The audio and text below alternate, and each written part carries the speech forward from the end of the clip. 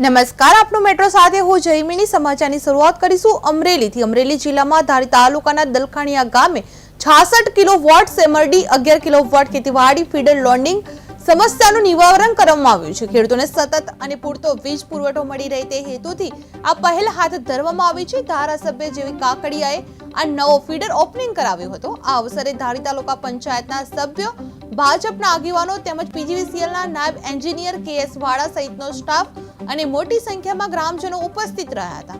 આ નવી સુવિધાથી વિસ્તારમાંના ખેડૂતોને ખેતી માટે વધુ સુલભ અને નિયમિત વીજ પુરવઠો મળી રહે તેવી આશા વ્યક્ત કરવામાં આવી હતી। આજે દલખાણીયા ગામે 66 કેવીમાં જે સેમડી ફીડરમાં ખૂબ જ ફરિયાદ આવતી હતી। 450 કનેક્શન એમાં હતા।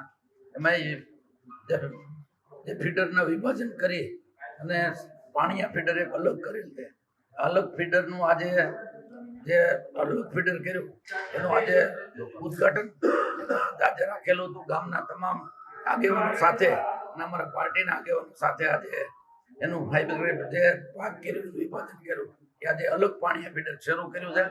બધા ઉપસ્થિત જેટલા ગામના આગેવાનો બધાનો ખૂબ ખૂબ આભાર માનું છું। આજે